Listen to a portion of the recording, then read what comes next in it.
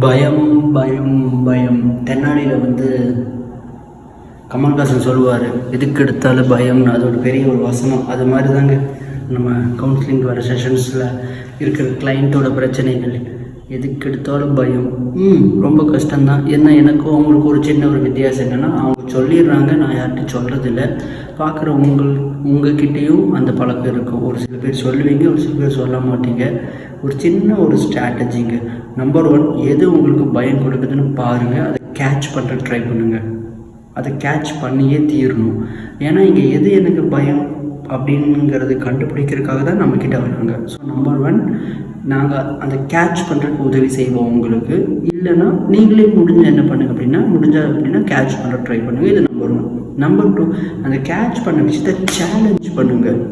அவன் என்ன சொல்லி நான் கேட்குறது அப்படிங்கிற மாதிரி பாருங்கள். இது ஒரு காமெடியில் சொல்லுவான், நான் போய் மிரட்டி அவன் அமைதியாயிட்டான்னா நான் அவனுக்கு ராஜா, அவன் எனக்கு அடிமை. இதே நான் போய் மிரட்டுறேன், அவன் என்னை திருப்பி மிரட்டி நான் அமைதியாயிட்டான்னா இன்னிலிருந்து நான் அவனுக்கு அடிமைன்னு சொல்லுவான். அது மாதிரி தான் இதுவும். இவன் உங்களுக்கு ஒரு மெசேஜ் கொடுப்பான், நீங்கள் பயந்துட்டீங்கன்னா இவன் ராஜா, நீங்கள் அடிமை. என்னடா அப்படின்னு நீங்கள் கேட்டிங்கன்னா அவன் பயந்துருவான், நீங்கள் ராஜா, இவன் அடிமை. அவ்வளோதான். ஸோ கேட்ச் பண்ணுறதுக்கு ட்ரை பண்ணுங்கள் உங்கள் பயங்களை. அதை சேலஞ்ச் பண்ணி உடச்சி துண்டாக்கிட்டு வெளியே வரக்கு ட்ரை பண்ணுங்கள். இது பக்காவாக என்ன பண்ணுன்னா ஹெல்ப் பண்ணும். ஏன்னா இது ஒரு சிபிடி டெக்னிக்.